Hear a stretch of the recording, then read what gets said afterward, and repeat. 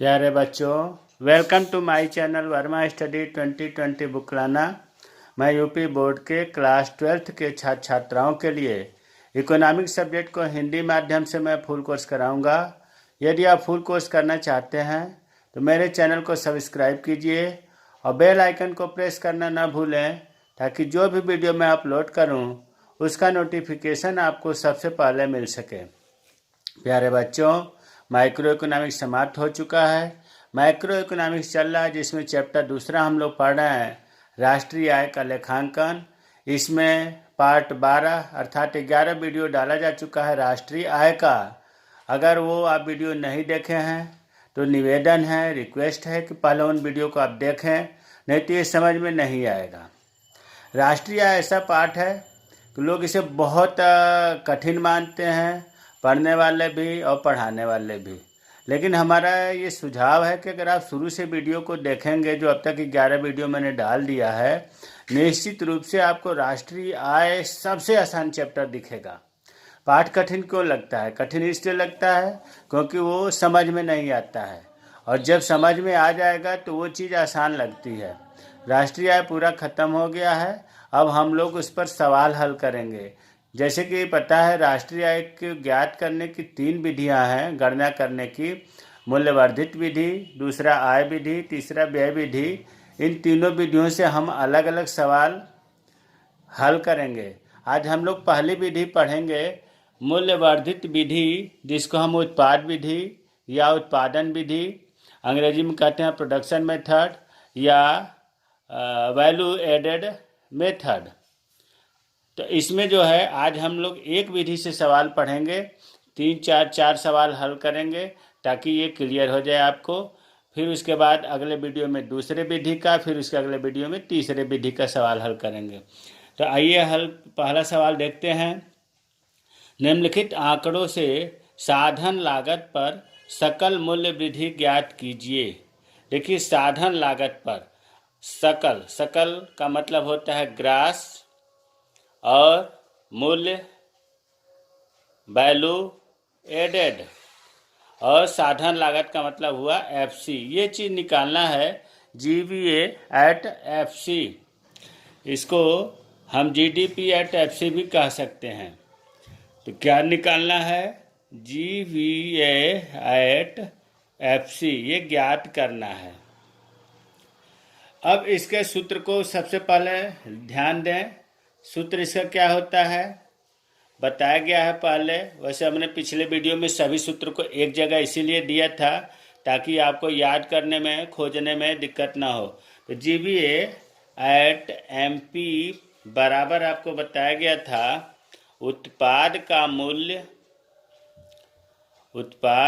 मूल्य माइनस मध्यवर्ती उपभोग। मध्यवर्ती उपभोग को ही हमने बताया था कि कच्चे माल की लागत भी कहते हैं। कच्चे माल की लागत, कहीं कहीं पर केवल लागत लिखा होता है, तो कंफ्यूज नहीं होना है। मध्यवर्ती उपभोग आ जाए या कच्चे माल की लागत आ जाए, एक ही चीज़ है। अब जिस प्रश्न में अगर उत्पाद का मूल्य नहीं दिया है, तो फिर ये भी आपको बताया गया था कि तब हम उस सवाल में बिक्री खोजेंगे और स्टॉक में परिवर्तन खोजेंगे। स्टॉक में परिवर्तन होगा या स्टॉक में वृद्धि होगा। और स्टॉक में परिवर्तन निकालने के लिए अगर नहीं दिया है तो अंतिम स्टॉक में से प्रारंभिक स्टॉक को घटा देते हैं। प्रारंभिक स्टॉक माइनस कर देंगे। और अगर बिक्री नहीं दिया है तो P इंटू क्यू, P का मतलब होता है प्राइस, प्रति इकाई कीमत, और Q का मतलब इकाई की मात्रा, से हम निकालते हैं। अब इस सवाल को देखते हैं। उत्पाद का मूल्य इसमें नहीं दिया है।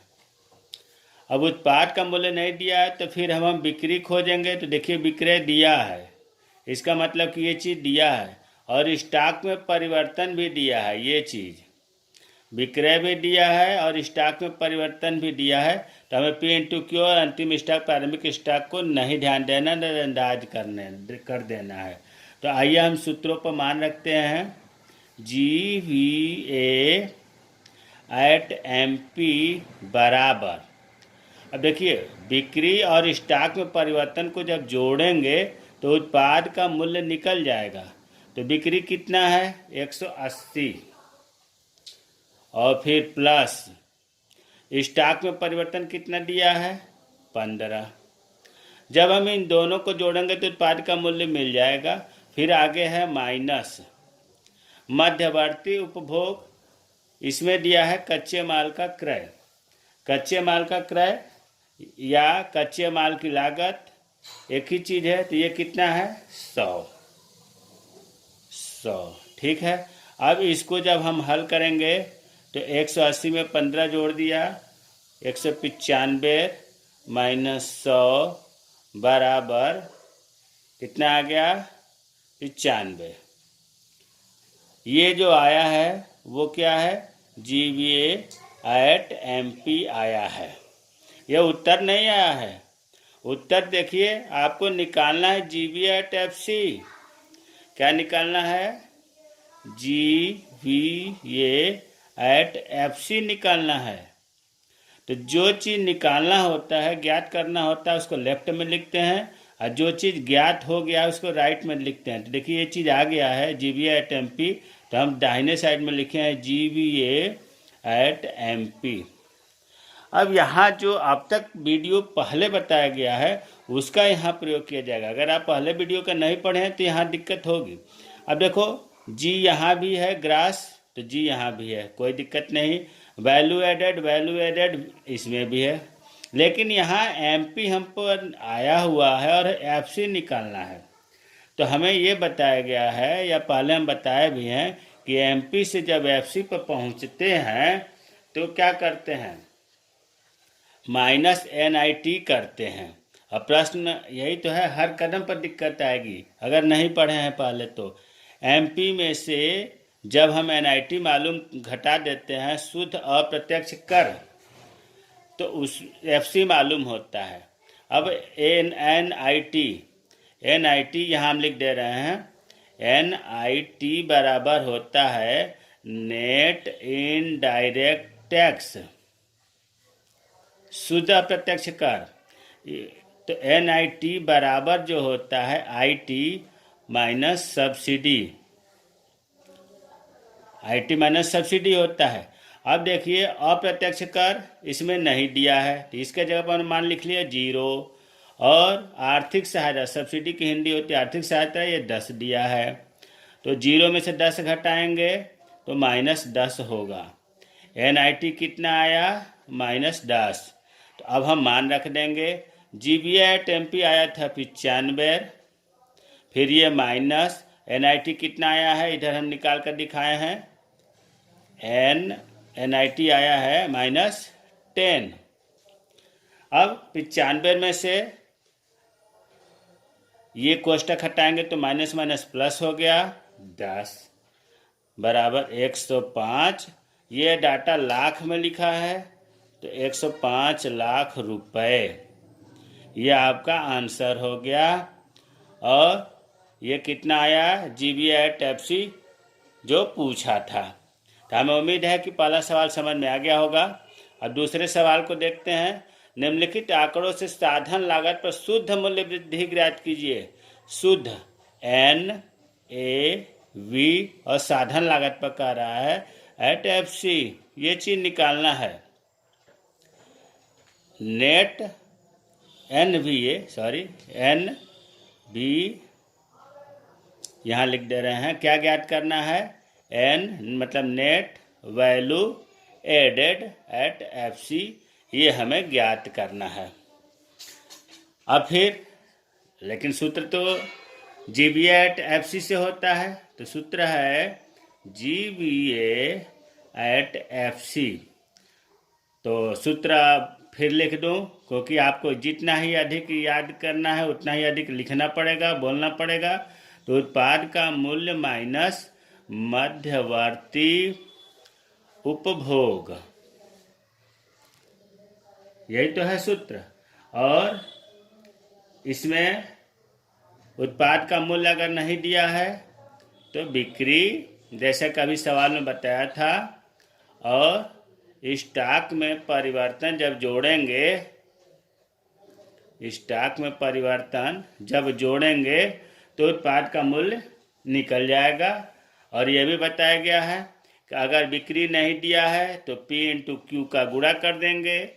स्टॉक में परिवर्तन नहीं दिया है तो अंतिम स्टॉक में से प्रारंभिक स्टॉक माइनस कर देंगे। प्रारंभिक, मैं पहले इसलिए नहीं लिखा था कि आपके सामने लिखूंगा तो ज़्यादा समझ में आएगा। ये सूत्र लिख दिया गया।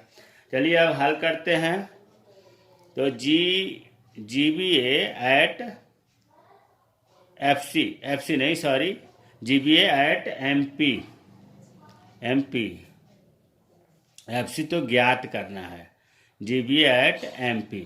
तो अब मान रखें GBA एट MP बराबर, अब देखो उत्पाद का मूल्य इसमें नहीं दिया है, बिक्री दिया है और स्टॉक में परिवर्तन नहीं दिया, प्रारंभिक स्टॉक और अंतिम स्टॉक दिया है।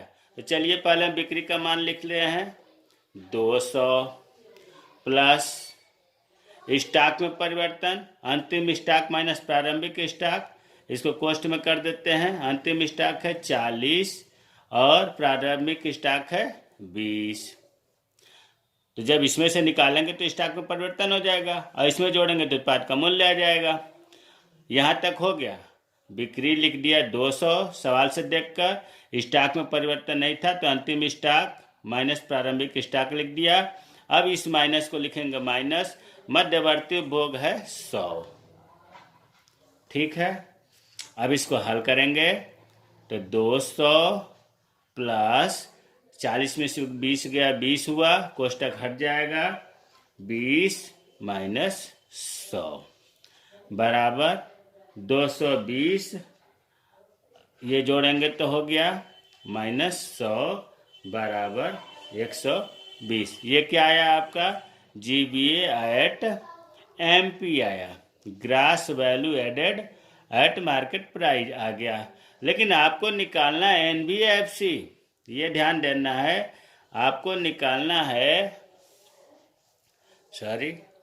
NBA eight FC। हमने ये बताया कि जो ज्ञात करना होता है उसे बाएं लिखते हैं, जो आ चुका रहता है उसको दाएं लिखते हैं। तो GBA एट MP ज्ञात हो चुका है। अब इसको हम ये ध्यान दो, देखो ये G है, आपका ग्रास निकला हुआ है, नेट में बदलना है। तो ग्रास से जब नेट पे जाते हैं तो माइनस डिप्रिसिएशन करते हैं, मूल्य जो है घटाते हैं। हिंदी में मूल्यह्रास बोलेंगे, खिसावट बोलेंगे, तो डिप्रिसिएशन। फिर एक बार समझिए, ग्रास से जब नेट में बदलना होगा, नेट पर जाना होगा तो माइनस डिप्रिसिएशन मूल्यह्रास को घटाते हैं। और VA कोई चेंजिंग नहीं। अब MP दिया हुआ है, FC में बदलना है। तो MP से FC में जाने के लिए क्या करते हैं? NIT घटाते हैं। ठीक है, अब NIT का आपको पता ही है कि NIT बराबर जो होता है IT मतलब अप्रत्यक्ष कर माइनस आर्थिक सहायता। अब GBA MP आया है 120 माइनस डिप्रिसिएशन कितना है इसमें? 24।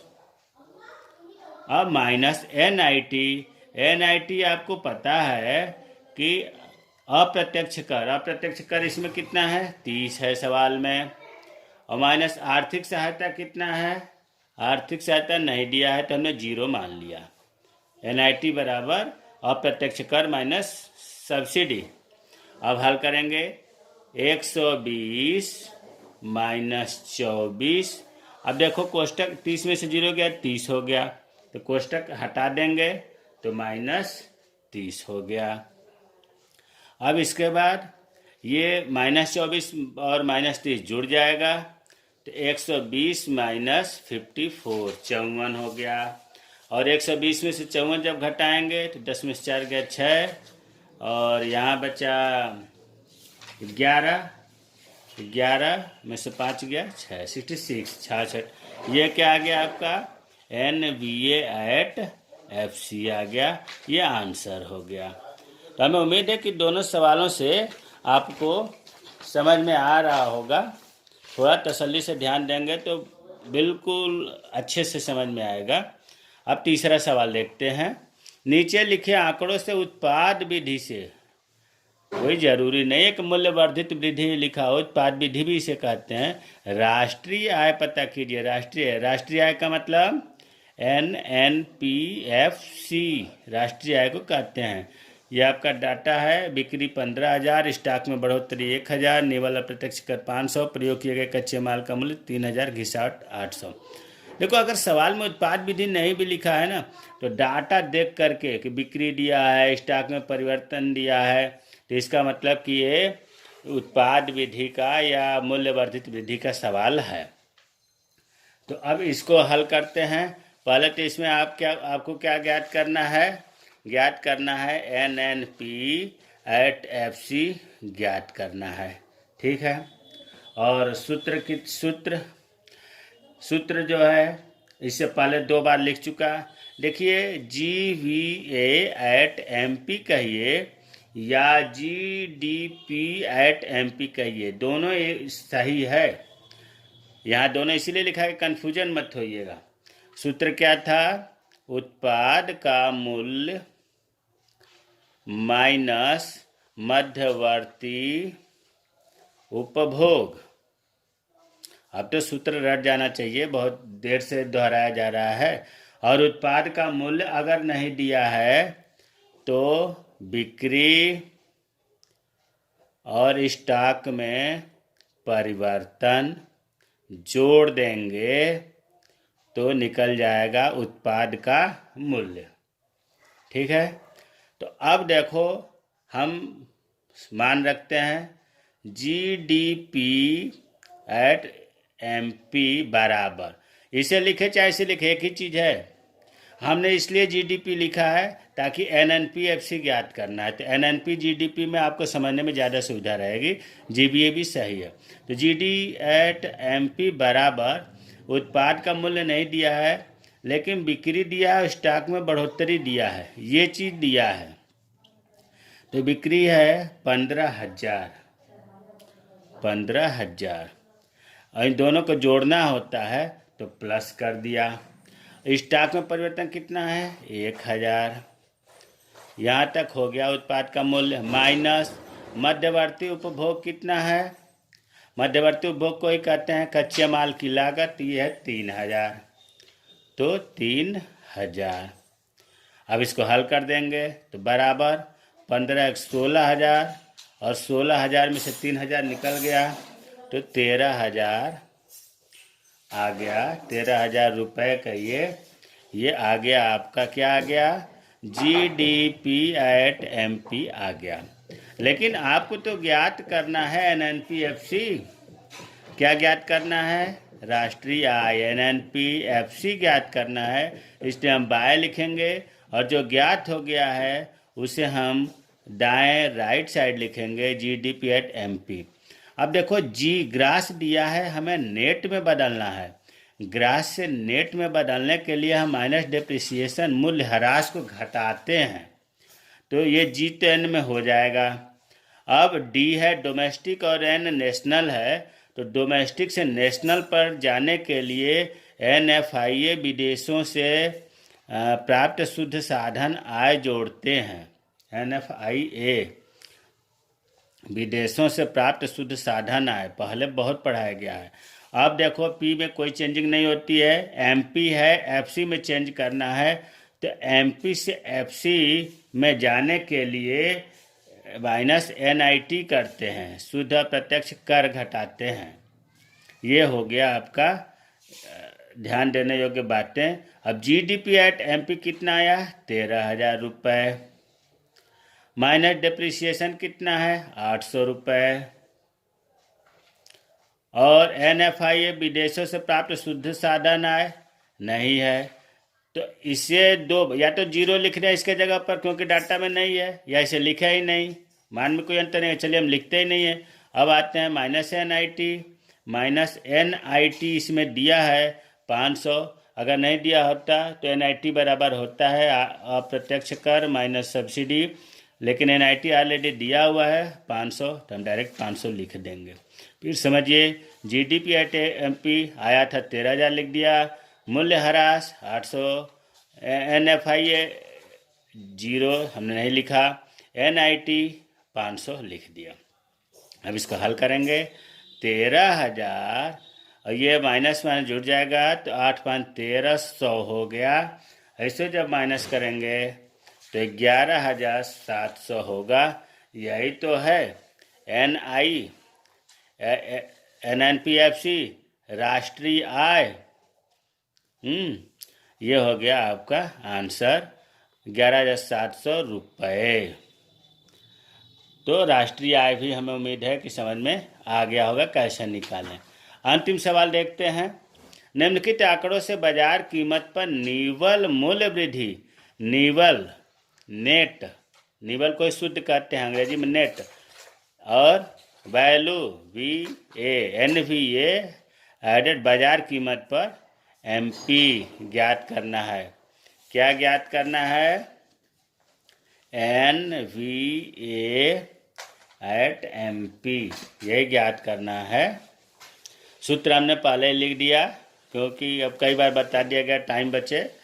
अब देखिए निकालना भले ही है लेकिन सूत्र से निकालेंगे तो ये चीज़ निकलेगा। तो सबसे पहले हम इसे निकालेंगे, GVA एट MP बराबर, अब देखो इसमें उत्पाद का मूल्य कहीं नहीं दिया है, बिक्री भी नहीं दिया हुआ है, बिक्री भी स्टॉक में परिवर्तन तो दिया है, बिक्री नहीं दिया है। तो बिक्री कब आगे बढ़ेंगे, P इंटू Q,